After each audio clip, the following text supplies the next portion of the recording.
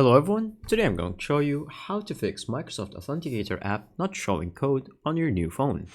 Make sure to watch the video to the end, not to miss any important details, like and subscribe.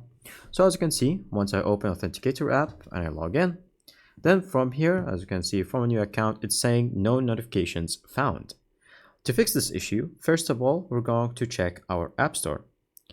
Once you go to the App Store, you're going to search for Microsoft Authenticator.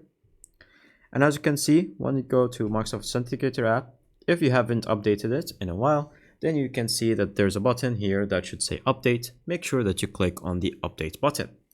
Now, if that is not done, then exit the application. And now from here, you're going to go to your settings by scrolling down and then clicking on the settings icon right here next to shut off. And then from here, you're going to search for time and make sure that your time right here is correct. To fix that, all you have to do is to go to date and time. And then from here in the date and time, make sure that it is set automatically. Since Microsoft Authenticator works on a time-based value, so once you set it automatically, for security reasons, it should work much better on your new phone.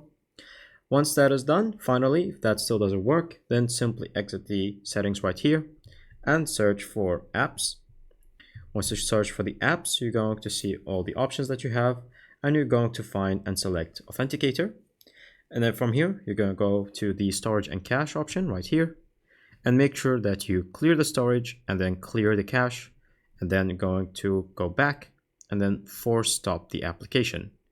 And once you get done with all of these, then you should open again and log in again, and that should fix your problem. Thank you guys for watching. See you next time. Bye bye.